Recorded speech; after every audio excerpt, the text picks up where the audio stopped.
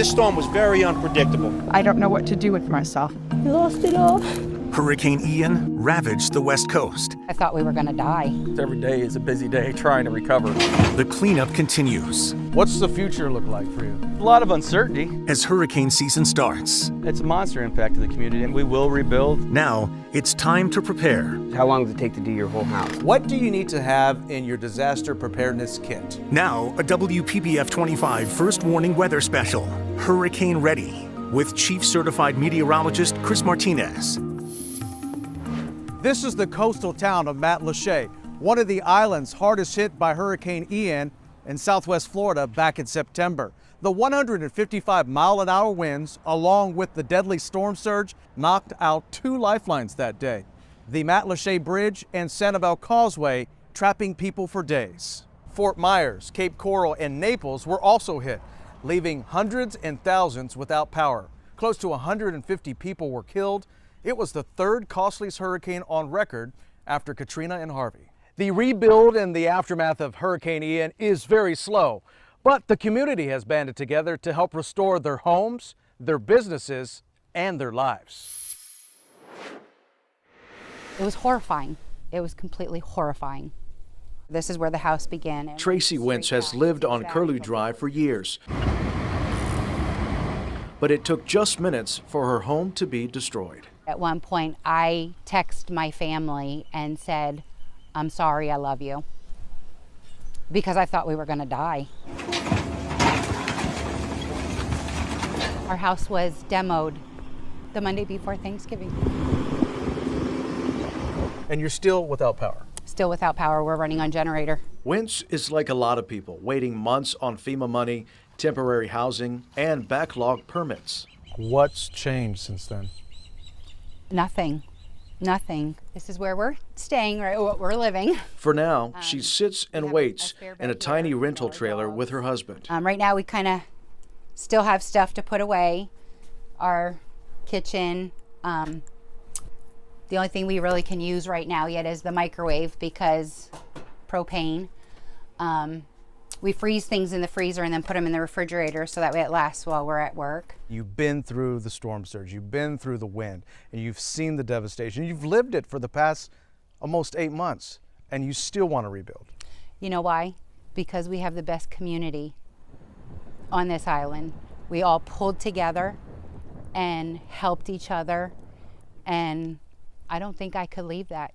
Despite the onslaught of Hurricane Ian, many Floridians have made the choice to rebuild. This island was cut off from the storm. With the help of people like Aaron Beretta with the Greater Pine Island Alliance, I think for a lot of people, it's a matter of money and resources. a nonprofit organization designed to help victims with long-term recovery efforts. Right now, people are waiting for building materials and supplies, so if their home was salvageable, their siding's hard to get, drywall, limited supplies coming in, and so there's a lot longer lead times with a bunch of the contractors working out here, not to mention the price increase, which makes it harder and harder.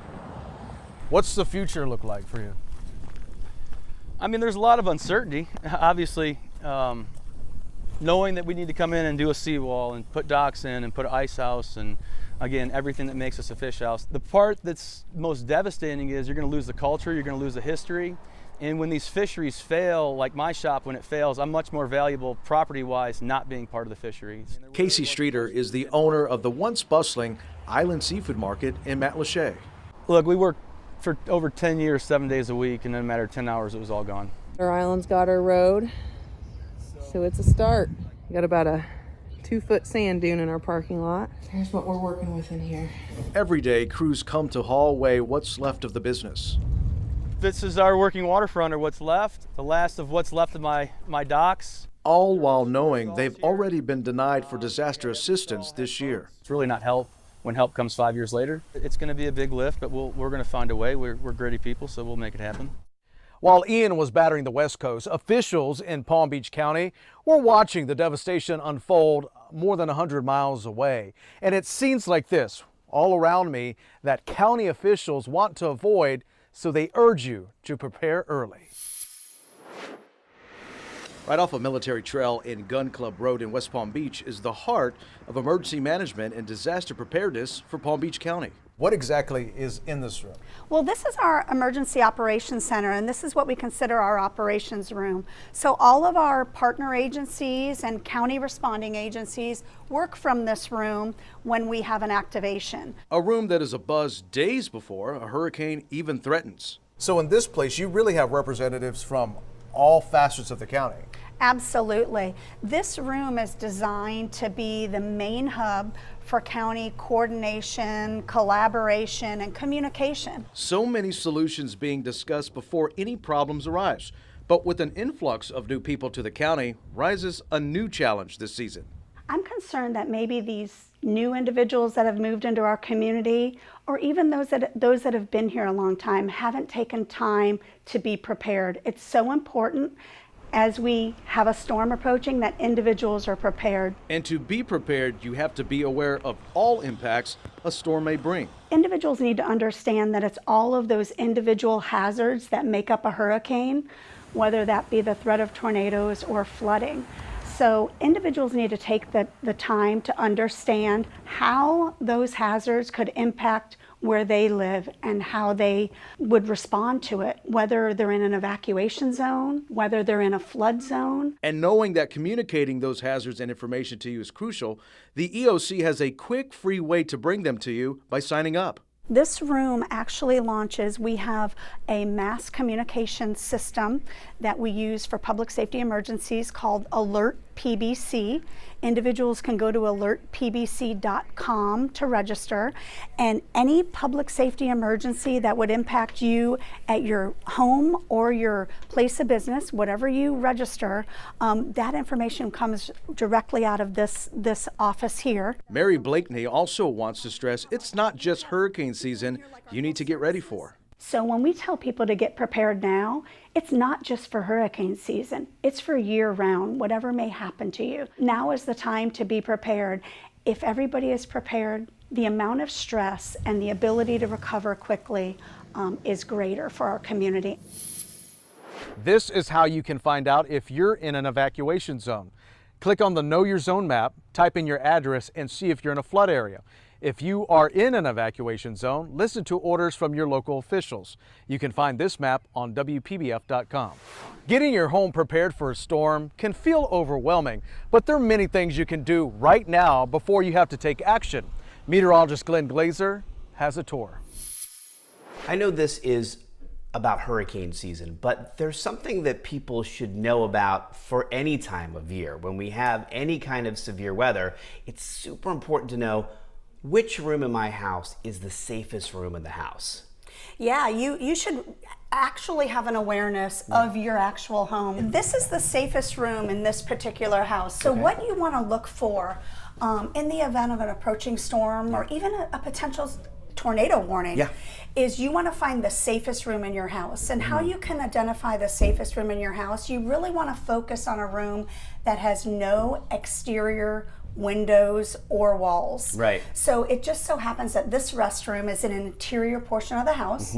And this would be the safest room within this house, inside the envelope of the home. And in the event that you need to go in that safe room, you want to bring in all your supplies with you. Bring in some of your disaster supplies, bring in your portable radio. We also have ready to go all the time at my house. My kids have a little pillow and sleeping bag set. If you're going to be in there, you could be in there for a while. Look, the bathroom floor is not the most comfortable place to sleep, so you want to make sure that if you're going to be in there for hours, you're not going to come out of it with a lot of back and shoulder pain and things from sitting on a hard floor for hours and hours. Absolutely. And it might not be a bathroom in your home. It could be somebody's closet, for example. So check out your home. I can't help but notice as we walk around the property that all the trees are trimmed really well. I don't see loose palm fronds. I don't see any coconuts on these trees. You know what? I'm so glad you brought that up because people don't realize that they need to take some ownership of their property and make those things safe on their property. Removing coconuts is a perfect example. Anything that's loose like that becomes a projectile in a storm. So if you can do that maintenance today and remove things like coconuts and dead palm fronds, it'll save you from potential damage. Since we have a small pool here, I just want to talk about this quickly because I've done a number of stories on pools. When a storm is approaching, obviously there's a lot of rainfall, you do want to drain your pool level a bit, but you don't want to empty the pool. And that's something that a lot of pool companies and pool builders have talked to me about, because when you empty the pool, then there's no weight to the pool. There's no water weighing it down. And if water manages to get underneath the structure that is the pool when it's empty, that water can lift the pool right out of the ground, crack the concrete. I've seen that a bunch of times. Well, Yeah, that's a big thing. and you know what? It has a great post-storm Yeah. resource for you Yeah. in water that you can utilize to flush toilets and do things that you can use that pool water for. So Yep. it's a really important resource for you in a disaster. So I used to captain boats for a living, and I have done stories in the past about how to tie your boat up properly in case of a storm. But truth be told, the best way to take care of your boat during a storm is to take it out of the water. The boat is in the water today because it's a beautiful, summer day. You want to use your boat as much as possible, but they have their trailer here located right here on the side of their home. But this homeowner has taken extra measures to concrete in chains Wow. right next to their trailer on the front and the back of the trailer area, so they can then strap down their trailer with the boat on it to ensure the movement of this is minimal. What are some things you should do if you have a really nice whole house generator like this to make sure it's ready to go for hurricane season? Well, general maintenance is so important. You want to make sure that you're maintaining a system, although it's automatic and starts on its own. You need to make sure that the company is maintaining it or somebody's maintaining it. Also, as you'll notice, whether you have an in-home generator that automatically turns on or you have a portable one, you want to make sure that you keep it the appropriate distance away from your soffits, windows, any ventilation going into the house. You want to eliminate those fumes getting into your home. So it's really important for the placement of a generator as well. It needs to be away from your home. Obviously, when you look around this home, they have a lot of beautiful patio furniture. It's best to move this inside somewhere when a storm is approaching. Correct. This homeowner actually clears out everything, whether it be chairs, barbecue grills. You want to put those indoors so they don't become projectiles in the event of a storm. Anything that you can physically move with your hands, the wind can move as well. We really dug into our plans and rebuilt our recovery plan. Next, the lessons learned after Hurricane Ian, plus the supplies you're going to need to stock up on right now. Hey everybody, I'm meteorologist Sandra Shaw, and we're talking about the tornadoes that are wrapped in those outer squalls around a hurricane, usually in that northeast right quadrant, and they spin up when it tries to make landfall because of the velocity and the momentum when it spins toward land. A lot of times they're rain wrapped and on the lighter side, but you can really see a clear swath of destruction in the aftermath of a hurricane if there were tornadoes there. Perhaps you remember Irma, 46 tornado warnings in South Florida alone. We were on the wall the entire time, we felt like, but for records, you go back to Hurricane Ivan in 2004, 120 tornadoes, 103 with Hurricane Francis back in 2004.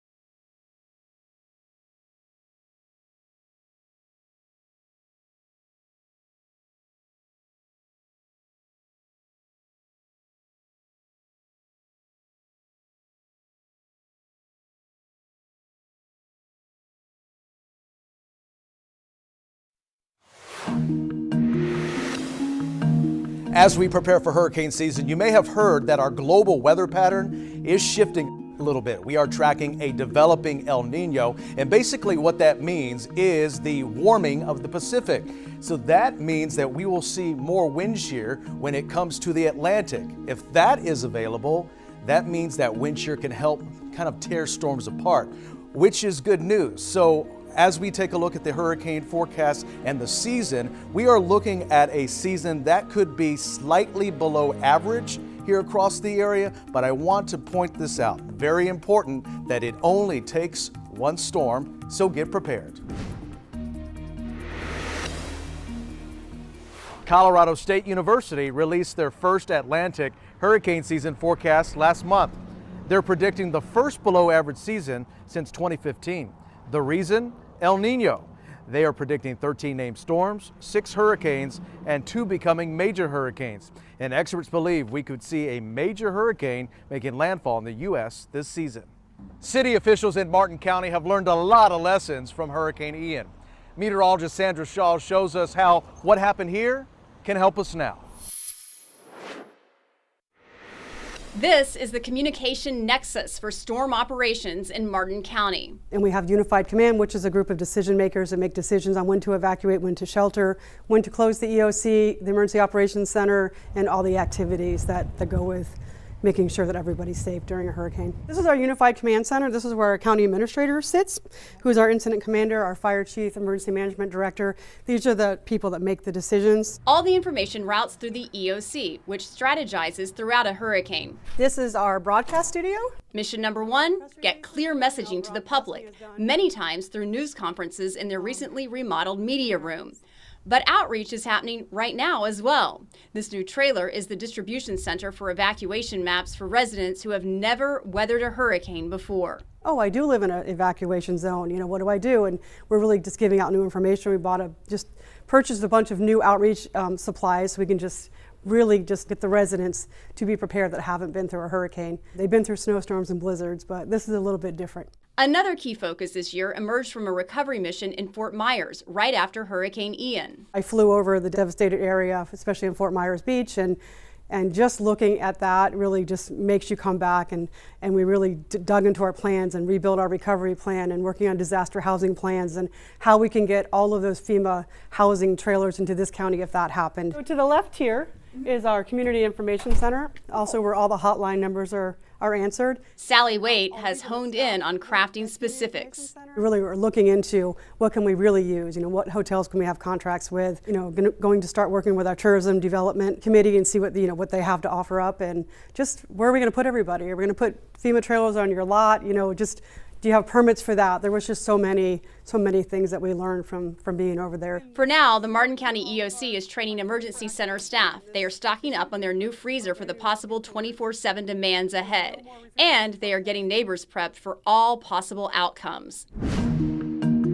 When people call, what are they most concerned about? Straight ahead, special needs shelters on the Treasure Coast. What you need to do to make sure you secure a spot. And the number you can call for help 24 hours a day, 7 days a week.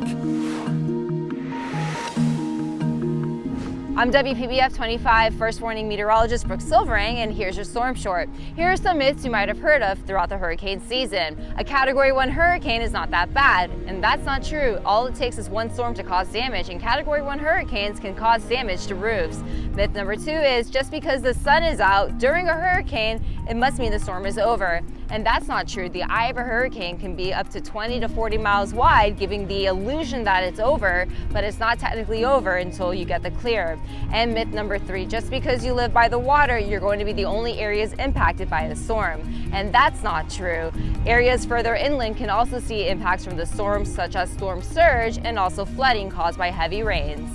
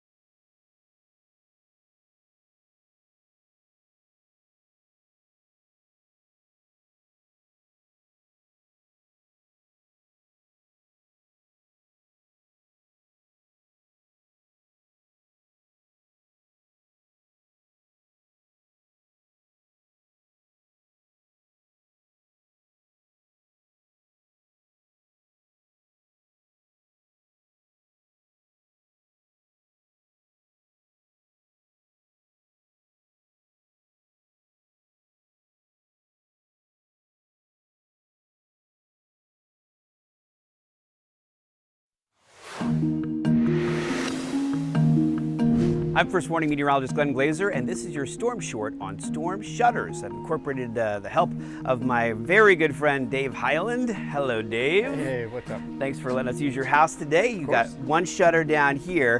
One thing that I found over the years, the most important thing before you put up your shutters is to get organized. Absolutely. We like to lie our shutters out by numbers. Okay. And each corresponding window, and then we just take them there when it's ready and put them up. So you got a tin full of wing nuts. You have one shutter here. You see the number on it, number 7. So you know exactly where that goes on your house. So it's good to have extra wing nuts too, because they break sometimes. They break sometimes, they go missing.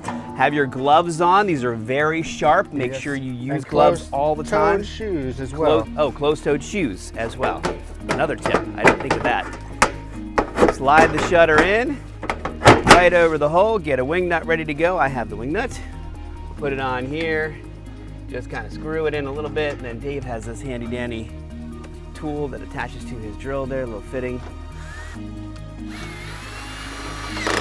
Boom, it's on. How long do you think it takes? So you have the layered shutters, some people have the solid one window shutters. How long does it take to do your whole house? Our house being a single story house, it only takes us about half an hour, so it's not too bad. We have the lightweight aluminum shutter, so we can get around pretty quickly. People in the neighborhood jump in and help each other out? Yeah, anytime this is happening, you know, all these people have 2-story houses, so I get the raw end of the deal. But you know, we definitely help each other, you know, make sure everybody's safe.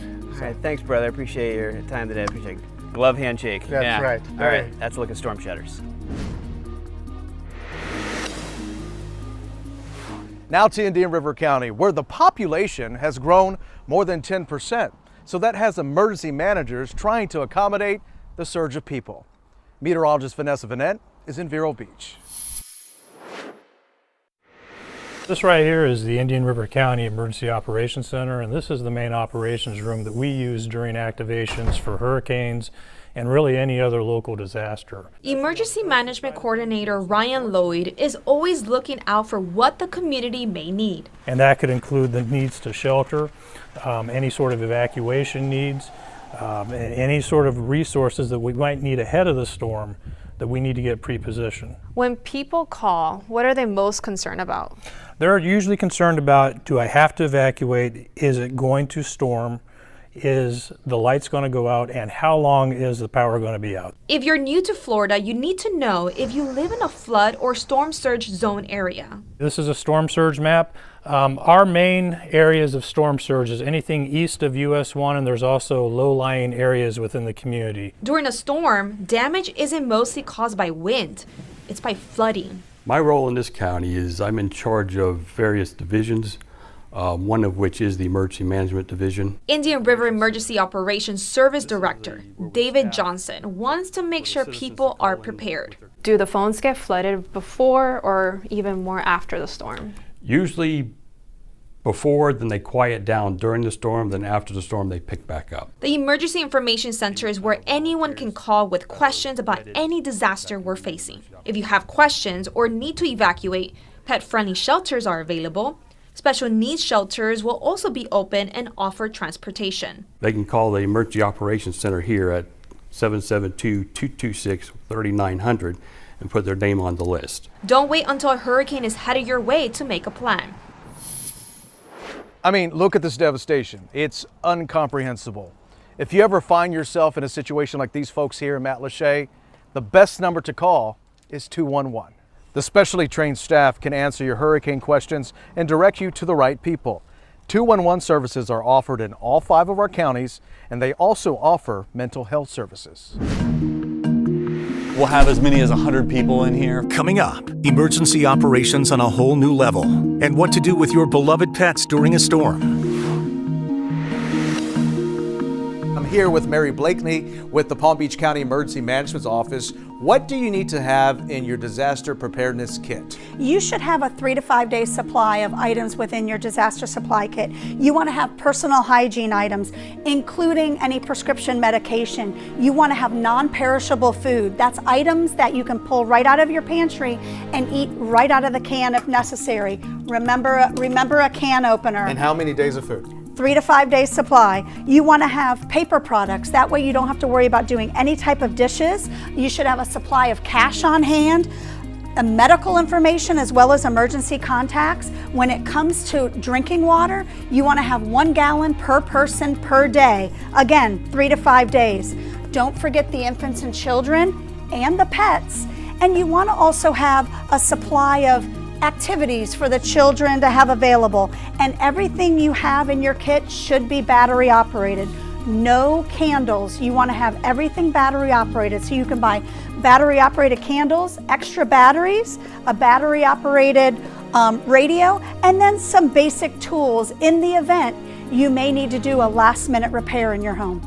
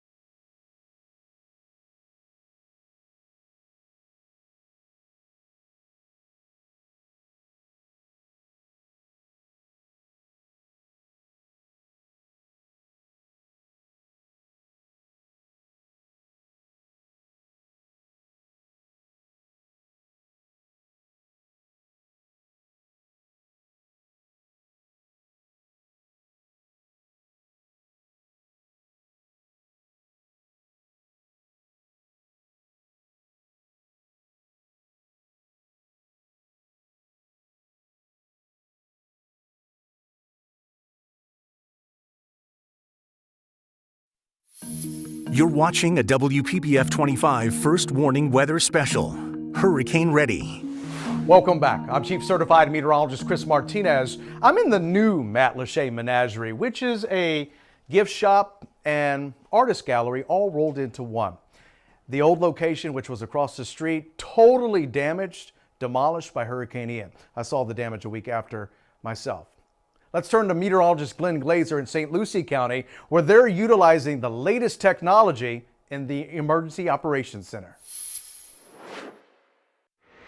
So this is our Douglas M. Anderson Emergency Operations Center. It's named after our former county administrator, Doug Anderson, who was our administrator during Francis and Jean. Just off of Midway Road near the fairgrounds in St. Lucie County stands an amazing structure. Our old EOC didn't have sleeping quarters or showers or bunks, so this has all that and more. It's the St. Lucie County Emergency Operations Center, and it's from here that the county orchestrates everything to keep its residents safe during hurricane season. This is our media press room. Oh, this is a room I think a lot of people are familiar with when they watch TV during storms. Yeah, They've probably seen the county administrator, chief of police, the sheriff all speak from the podium here and give our messages. Some of these rooms may look familiar to you from watching TV during past storms, and some of them, like the Operations Center itself, you may not have ever seen before. Which is where, you know, we'll have as many as 100 people in here from the utility agencies, state, our health department, our volunteers, our PIOs, law enforcement agencies will all be in here. And there are a lot of maps. Basically, where our shelters, our staging areas, points of distribution, evacuation routes, so it's kind of a comprehensive county map. But there are some things that can't be done from here. They are things that you have to do yourself to keep your loved ones safe, like having a plan. What I mean by plan is making sure you know if you have to evacuate, where are you guys going to evacuate? Make sure that we know, that the family knows what kind of items are going to be needed for a emergency kit. And just discussing if, you know, points of contacts outside of the area that is being threatened by a hurricane. Is your home near an evacuation zone? Because that part can be a bit tricky. What's really interesting about it is people always think that the first evacuation zone is just along the coast, but I notice you have some other areas that are farther inland that are also first evacuation zones. So yes, we do have the San Lucie River. So as you can see, some of the red, which is evacuation zone A, falls on the east side of the San Lucie River. And make sure you know where the closest shelter is located to your home, whether it's general public, pet friendly, or special needs, which requires one extra step. Obviously, it's by registration, so we do, again, ask that people go to our website, stlucieco.org/EOC, under special needs shelter, and register ahead of time, so that way we can have availability for our special needs shelter. The good news is, thanks to technology, it's easier than ever to get emergency information texted to you right on your phone. That's the Alert St. Lucie app that we have for the phones, and they can sign up. And obviously, if there's any weather alerts, any type of emergency notification that the Public Safety Department of the county has to relay to our residents, we use that application to let them know. For more St. Lucie County information, be sure to download the Disaster Preparedness Guide from the county website, because it's never too early to prepare for hurricane season. It's something that must be done every chance that you get. When a storm does come and an evacuation is issued, the Florida Department of Transportation will execute its emergency shoulder use plan. Drivers would be allowed to use the shoulder lanes on I-95 between Jupiter and Jacksonville, the turnpike between Hypoluxo to Osceola Parkway in Kissimmee, and I-75 between Broward to Collier counties. All drivers except trailers, buses, and large trucks can use the shoulders. In the chaos, people will try to cash in on a natural disaster. Write down this number, 1-866-966-7226. It's to report any person or business you suspect of price gouging. Some of the most common price gouging complaints are about gas, water, plywood, and other necessary hurricane supplies. We're working on the drainage, but they still flood. Ahead, the biggest concerns facing people living in Okeechobee. Plus, the simple way you can find out if you're in a flood zone. If you're preparing for, during, and after a storm, you have to make sure you have a lot of things for your pet to keep them safe. You want to make sure if you're going to a shelter that they allow animals in the first place, or if you're evacuating to a hotel, that they also allow you to bring your furry friends. If you are packing for your pet, make sure you have 3 days worth of supply, 3 days worth of water, 3 days worth of food, something for them to eat their food out of, and also you want to make sure that you have the right medication to keep your pet safe in case of an emergency after the storm.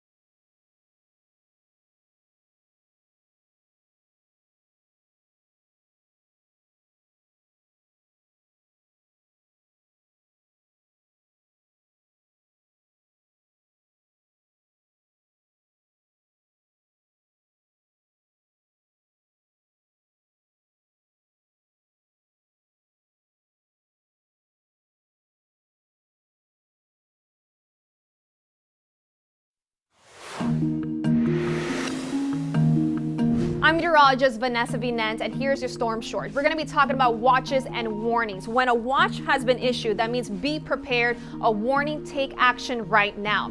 Let's talk about tropical storm watches and warnings. A tropical storm watch means tropical storm conditions are possible within 48 hours, and a tropical storm warning means tropical storm conditions are expected within 36 hours. That means winds over 39 miles per hour up to 73. Hurricane advisories, hurricane watches mean hurricane conditions are possible within 48 hours, and a hurricane warning are expected within 36 hours. That means hurricane force winds basically 74 miles per hour or even higher, meaning category 1 to a 5. Now to Okeechobee, in Florida's heartland, home to more than 40,000 folks, and it has more of a small town feel. Meteorologist Brooke Silverang is here to let us know how the county made history. This is the historic hurricane of 1928. It's actually called the Okeechobee Hurricane. It made landfall over the West Palm, Palm Beach area, and then it went across the state over Lake Okeechobee, and I understand one of the biggest, threats was flooding from the lake. Since 2011, the Army Corps has made more than $870 million in improvements to the Herbert Hoover Dike to reduce the risk of catastrophic failure. They put that dike up there, was my understanding, to keep that from happening again with the flooding and the storm surge. Earl Wooden will be wearing 2 hats this year, Public Safety Director, and he's now the new Fire Chief. We've been training, getting ready for the upcoming storm season with different trainings with the county workers that'll be working in the EOC, with what's called our WEB EOC.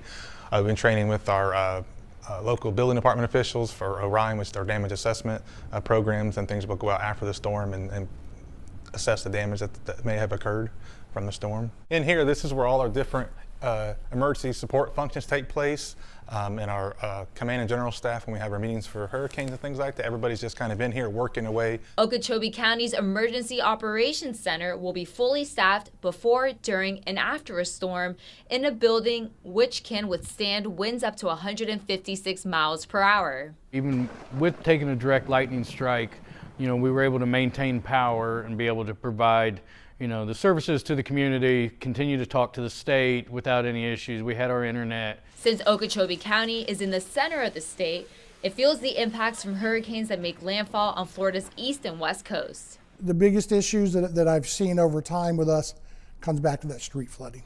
The areas that are typically prone, low-lying areas there in the lake. I mean, we have our same areas. We're working on the drainage, but they still flood.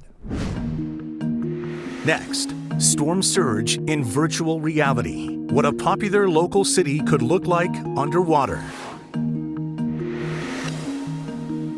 Hey everybody, I'm meteorologist Sandra Shaw, and this is your storm short on storm names. Your 2023 list is here. It's a list that's recycled every 6 years unless a storm name is retired. But who in the world comes up with this list? Actually, a branch of the United Nations known as the International Committee of World Meteorological Organization. At least it's easier to say these names than that, but I can tell you that they have been doing this since 1953. It's an alphabetical order. You have a male name and a female name, and then it rotates. Interesting to note that a study was done on this about 10 years ago, and the most destructive storms were the female names, but yet the most feared storms were the male names.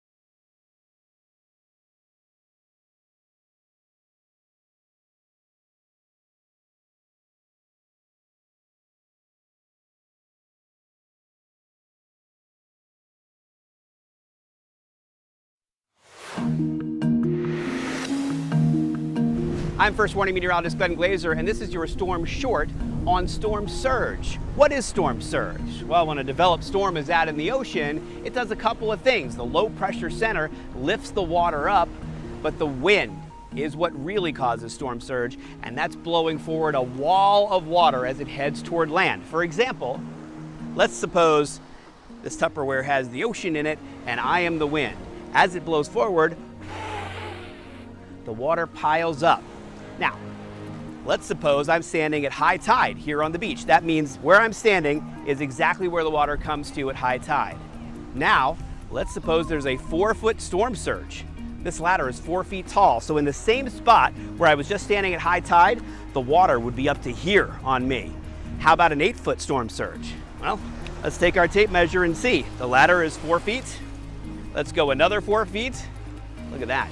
The top of the tape measure, that's an 8-foot storm surge. Imagine how far inland that water would go. This map of Florida from the National Hurricane Center shows it's not just a beachfront problem. The risk extends miles inland from the immediate coastline in some areas. You can check your risk by going to our website, WPBF.com. And the city of West Palm Beach is taking the storm surge threat a step further. Meteorologist Brooke Silverang shows us what a wall of water could look like in virtual reality. I'm meteorologist Brooke Silverang, and I'm standing here in Osprey Park. This is one of the areas highlighted by Florida Atlantic University and Virtual Planet to show what could happen if a hurricane were to make landfall in this area. The simulation focuses on city parks in the historic Northwood neighborhood. This is all because of sea level rise, king tides, and the effects of water being pushed on shore from a hurricane. The project was designed for developers to plan ahead or even come up with solutions to prevent what could happen from actually happening. Some solutions would be to make higher seawalls or by creating more man-made islands that act like a buffer against storm surge. I'm meteorologist Vanessa Vinent, and here's your storm short about rapid intensification. So what is rapid intensification? That basically means when a hurricane is moving over the very warm waters with very low wind shear, that means the environment is very favorable. It will get stronger, sustain winds anywhere between 35 miles per hour, even higher within a 24-hour period. So it could go from a Category 1 hurricane to a 3 or even a Category 3 hurricane to a 5 in just one day. So that will lead to high storm surge, stronger winds, lots of rain, and also the catastrophic flooding in certain areas.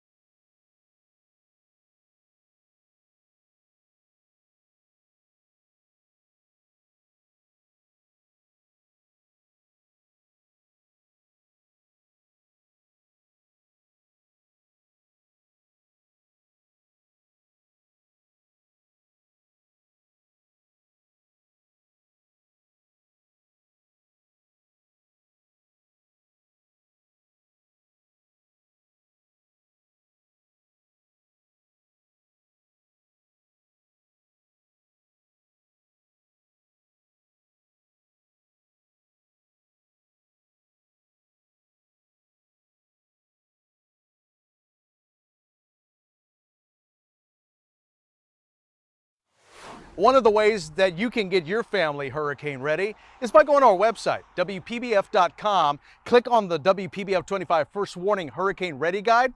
Meteorologist Vanessa Vanette has all the life-saving information. The Hurricane Guide is packed with useful storm advice. Let's begin with what to do before and after a storm when a hurricane watch or warning is issued. Make sure you have a family plan. There's a checklist to review. One of those important tasks, fill up your car with gas. You'll also find tips on staying safe during a storm. For example, keep in mind during a hurricane, be alert for tornadoes. And make sure the storm has completely passed before going outside. A useful feature, what to pack when you're evacuating, such as prescriptions, important documents, and chargers. Also in the guide, a list of shelters for each county, including pet-friendly or special needs shelters too. You can find everything on WPBF.com. If a storm hits and you aren't near your TV or you lose power, we're committed to keeping you informed. You can listen to our live coverage on our trusted radio partners listed right there on your screen. I covered Hurricane Ian since day one, and to come back months later and still see so much devastation on this island is still so emotional to see. Lots of rebuilding to go, but this community is so resilient. And always remember, we'll be with you before, during, and after a storm. From Matlacha, I'm Chief Certified Meteorologist Chris Martinez.